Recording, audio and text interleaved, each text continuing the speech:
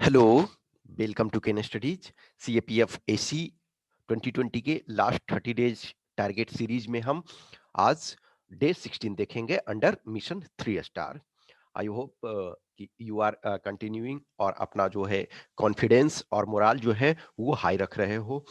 A lot of time confusion आते रहता है, फ्रस्ट्रेशन आते रहता है, टेंशन आते रहता है।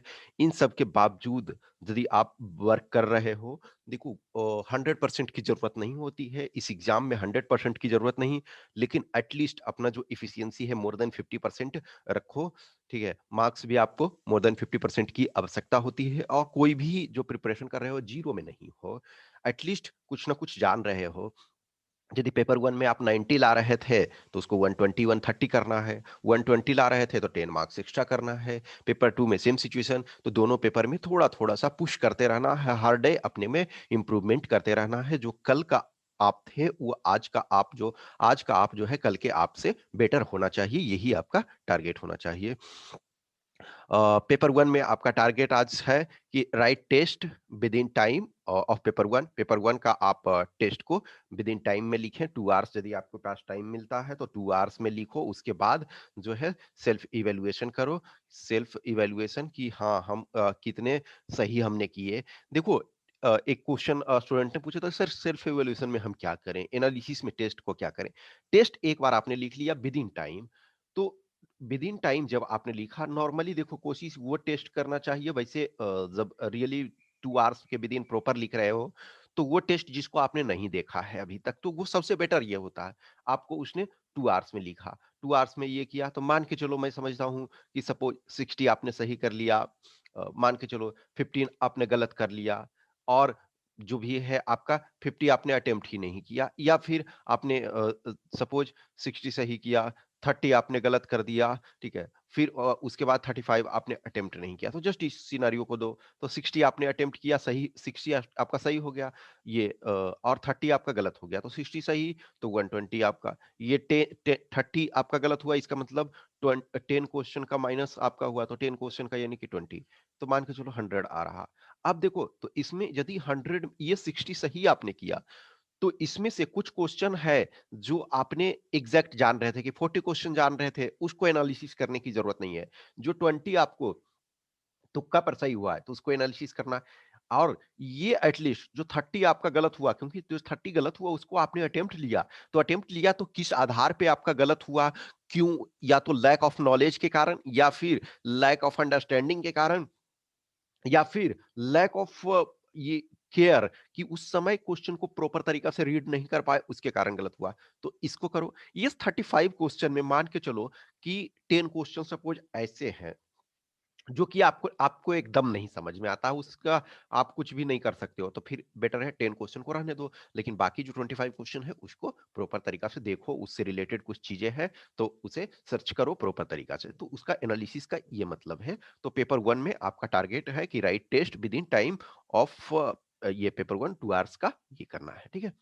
नेक्स्ट पेपर टू में जो है, best for an individual is not necessarily best for the society. ये आपका एशे है कि व्यक्ति के लिए जो सर्वश्रेष्ठ है वह आवश्यक नहीं है कि समाज के लिए भी हो। तो श्रेष्ठ देखो, सोसाइटी, इंडिविजुअल जो है ये मान के चलो सोसाइटी है, तो सोसाइटी जो व्यक्ति है वो सोसाइटी में ही है। ये सोसाइटी है जो बहुत सारे व्यक्तियों से मिल करके बना है।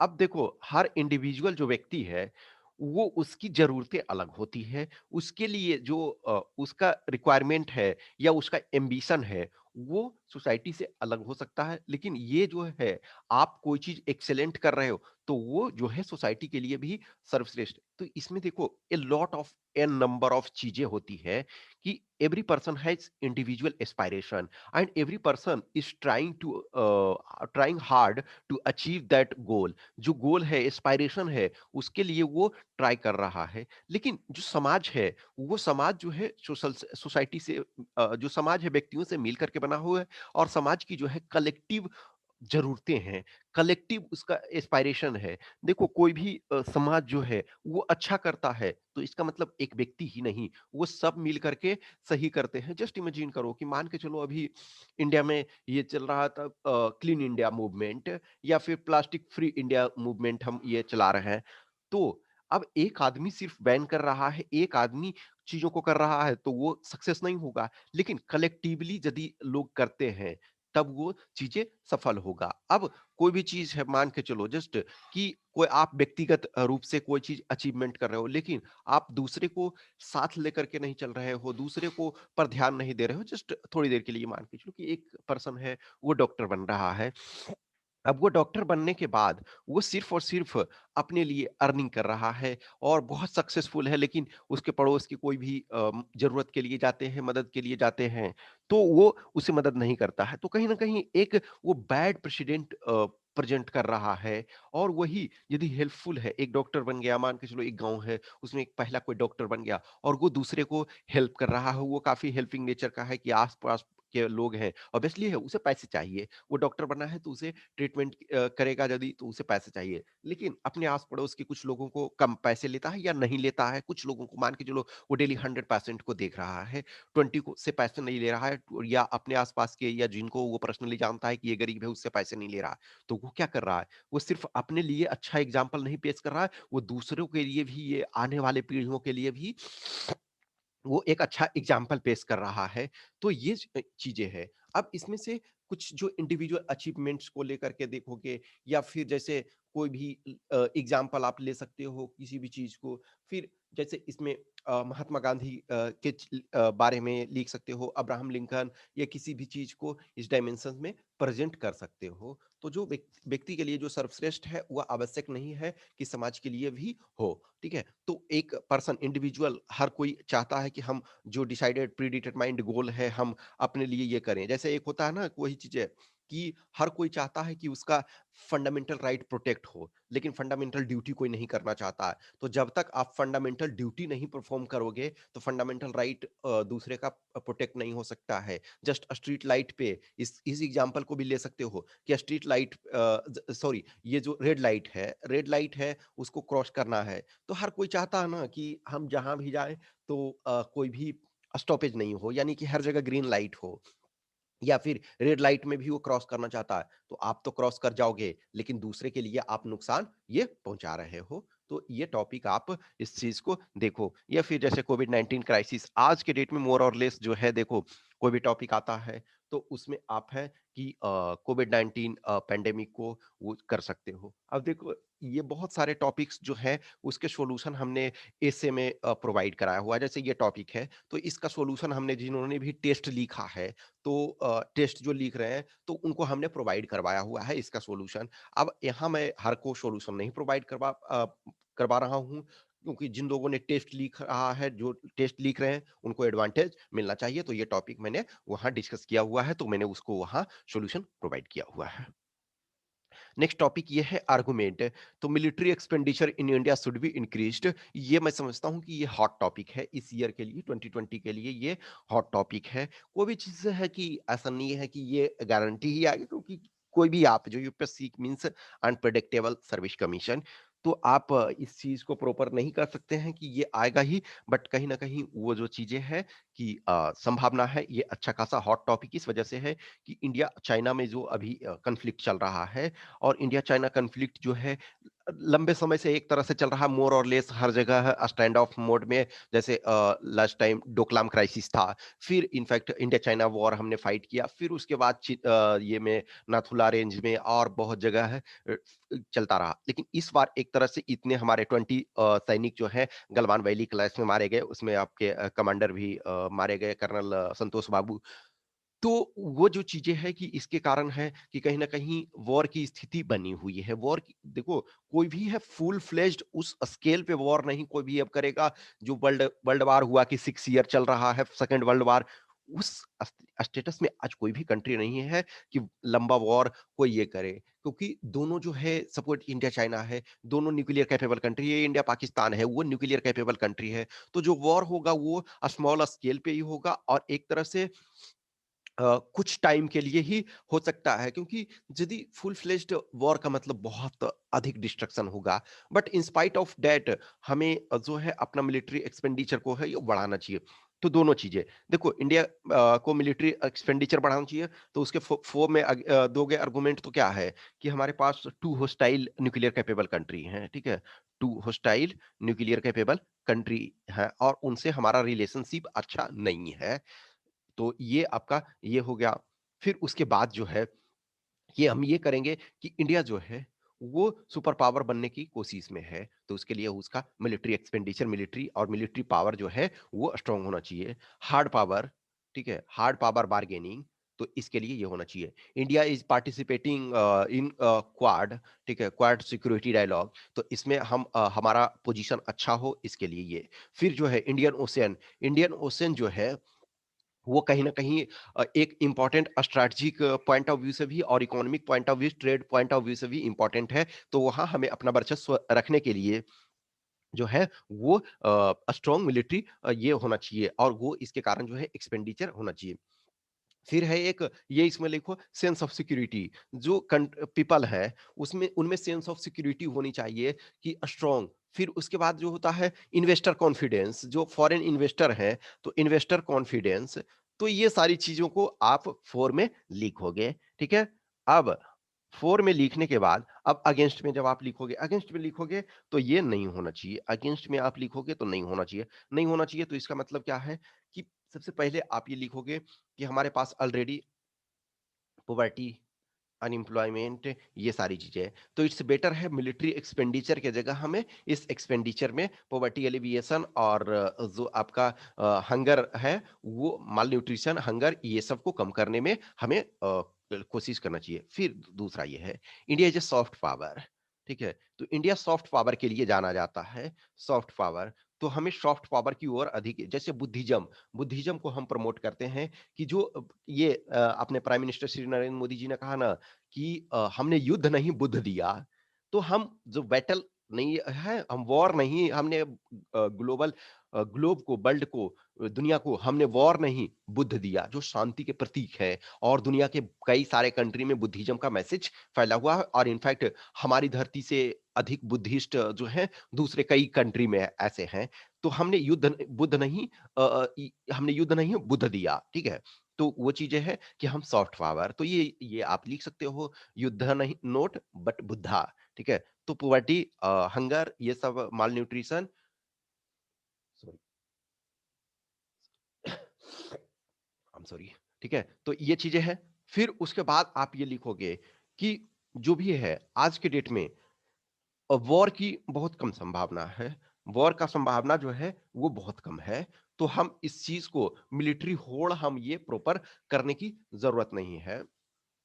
फिर ये चीजें देखो कि जो भी सिचुएशन है, अब मान के चलो कि हमारे पास यदि पैक्ट है, डिफरेंट पैक्ट्स वगैरह ये कर रहे हैं, तो हमें अपने आधार पे बहुत अधिक ये एक्सपेंडिचर करने की जरूरत नहीं है। यदि हम मिलिट्री पैक्ट कर रहे हैं, मान के चलो कुछ जो भी है जैसे मालाबार एक्सरसाइज वगैरह ये, तो हमें कुछ बेटर है फ्रेंडली कंट्री को ये रखना चाहिए और हमें अननेसेसरी जो है मिलिट्री एक्सपेंडिचर नहीं करना चाहिए। इसके बनिस्पत जो भी है हमें एजुकेशन वगैरह पे वो इन्वेस्ट करना चाहिए। तो ये आपके जो है अगेंस्ट में ये चीजें होती हैं। तो देखो इसमें है कि फोर में अधिक थोड़ा सा पॉइंट मिलेगा, अगेंस्ट में थोड़ा कम मिलेगा, लेकिन एटलीस्ट 4 पॉइंट्स आप लिख दो तो वो that is more than enough, ठीक है। अब आपका जो है कि ग्रामर ये पार्ट है, तो इसमें आपको फर्स्ट में क्या करना है, ये सेंटेंस को करेक्ट करना है विदाउट चेंजिंग द ये ठीक है, without changing the sentence, meaning of sentence, ठीक है ना। तो I congratulate you for your success, तो इसको करेक्ट करना है। तो I congratulate you on your success होता है, ठीक है, on your success. I did nothing but laughed, ठीक है, इसको भी आपका करेक्ट करना है। तो आई डिड, सॉरी, ये I did nothing but laughed, तो ये लाफ्ड नहीं होगा, जब डिड आ गया तो ये लाफ होगा, ठीक है, ईडी इसमें नहीं होगा। तो ये आपका होगा I did nothing but laugh. Next है she prides on her beauty, तो इसको सेंटेंस इसको भी करेक्ट करना है। तो ठीक है, she prides on her beauty, तो होगा she prides herself, she prides herself on her beauty, she prides herself on her beauty, ठीक है। तो she was either educated at Bombay और एट दिल्ली, तो इसको भी आपको करेक्ट करना है। तो ये हो जाएगा शी वॉज एजुकेटेड, तो शी वॉज एजुकेटेड हो जाएगा पहले, ठीक है, ईदर इन बॉम्बे और इन दिल्ली, ठीक है। तो she was educated either in Bombay और इन दिल्ली, ठीक है। Next, whom do you think she is, तो इसको भी करेक्ट फॉर्म में ये लिखना है। तो ये हो जाएगा who do you think she is, तो whom की जगह who do you think she is, ठीक है। Next, I said to Barnali can you write English, तो ये आपका जो होगा इनडायरेक्ट स्पीच में होगा। तो आई आस्क्ड बर्नाली, ठीक है, if she could write English, I asked Barnali if she could write English, ठीक है। Next, the saint cursed that I might die, तो इसको डायरेक्ट स्पीच में बदलना है, डायरेक्ट नरेशन में। तो द सेंट सेड, तो सेंट सेड, ठीक है, और inverted comma, saint said inverted comma में लिखोगे तो may you die, may you die. Next, you are too tall, sorry, you are too tall, तो इसको rewrite the given sentence without too, तो ये हो जाएगा you are taller than it is proper, you are taller than it is proper. Next, bring a chair, इसको passive voice में करना है, तो ब्रिंग अ चेयर है, तो लेट अ चेयर बी ब्राउट, लेट अ चेयर बी ब्राउट, ठीक है। I am a boy, इसको एप्रोप्रिएट क्वेश्चन टैग लगाना है, तो आई एम ए बॉय, तो ये देखो एमेंट के जगह आरेंट होता है, ठीक है, आरंट आई, ठीक है। तो एमेंट के जगह ये जो है आरंट होगा, ठीक है।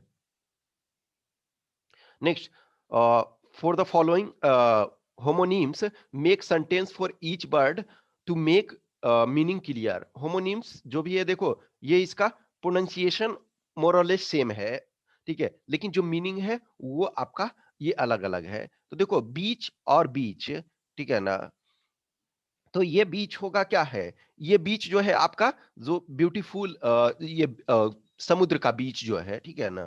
तो अब ये है अब ये जो एक बीच का मतलब होता है झाड़ी टाइप का, ठीक है ना, झाड़ी कटीले झाड़ी वगैरह, तो ये बीच का मतलब समुद्र का जो तट होता है। तो India has got many beautiful beaches on both sides in peninsular India, तो ईस्टर्न कोस्ट और वेस्टर्न कोस्ट दोनों में हमने, जैसे वेस्टर्न कोस्ट में मान के चलो गोवा, मुंबई, ये सारे बीच हैं। फिर ईस्टर्न कोस्ट में आप देखोगे पुरी का बीच है, आपको चेन्नई है, तमिलनाडु में बीच है, ठीक है, फिर आपका आंध्र प्रदेश में। तो ये बीच का मतलब जो पहला बीच है वो समुद्र तट, और बीच का मतलब ये इसमें झाड़ी वगैरह। तो जैसे last weekend we visited the forest which is full of fir beech and oak, तो ये झाड़ी पौधे टाइप ये होते हैं। अब bee, B double E bee, bee means honey आपका, फिर बी मतलब जो होता है होना, ये वर्ब है आपका बी, तो बी हुआ है हनी बी, तो हनी बी तो क्या है, honey bees are very important for survival of life on this earth, ये। और बी, तो be honest in every walk of your life, personal और प्रोफेशनल, ठीक है। अब ये है और, ठीक है, तो और जो होता है एक पोल होता है, ठीक है ना, an oar is a pole with flat blade used to row or steer a boat through the water, तो ये जो पतवार होता है उसको ओर बोलते हैं। और ये ओर जो आपका होता है, जो अयस्क जो जिसको बोलते हो, तो ores are naturally occurring solid material from which a metal or valuable mineral can be extracted profitably, ठीक है। अब ये क्वाइट, क्वाइट का मतलब ये शांत होता है, और क्वाइट का मतलब ये बिल्कुल होता है, ठीक है। तो क्वाइट, तो if you don't know the answer of the question then keep quiet, और ये क्वाइट, तो you are quite fast in solving the mathematical problems, ठीक है। स्टेयर, स्टेयर का मतलब सीढ़ी होता है, stair is a set of steps leading from one floor of a building to another typically inside the building। Stare का मतलब है ताकना, don't stare at her, she will file a complaint against you, ठीक है। Next आपका जो है appropriate word, ये से इसको फिल इन द ब्लैंक्स करना है जो दिया हुआ है उसको। तो आई हैव नो डाउट, तो क्या है, अबाउट योर ऑनेस्टी, ठीक है, about your honesty. I am conscious, sorry, I am conscious of, ठीक है, I am conscious of my duties, could you explain this rule? तो for me please. Next, people have always been kind, तो people have always been kind to me. The customer was looking for a bargain. ठीक है, तो ये आज का day number 16 हो गया। I hope you are doing fine. कुछ भी क्वेश्चन क्यूरी है तो कमेंट बॉक्स में डालें, या हमें इस व्हाट्सएप नंबर पे 8527146498 पे, या इस टेलीग्राम नंबर पे। जिन्हें भी टेस्ट देना है वो केन स्टडीज पे जाकर के टेस्ट दे सकते हैं। जैसा कि मैंने बताया, आज आपको टेस्ट लिखना है तो आप केन स्टडीज पे टेस्ट दे सकते हैं। 17 टेस्ट जो है, अब तक 17 टेस्ट अपलोड हो चुके हैं। तो जो भी आप टेस्ट वहां देना चाहते हैं तो दें, या फिर कहीं से भी दें। Okay, thank you.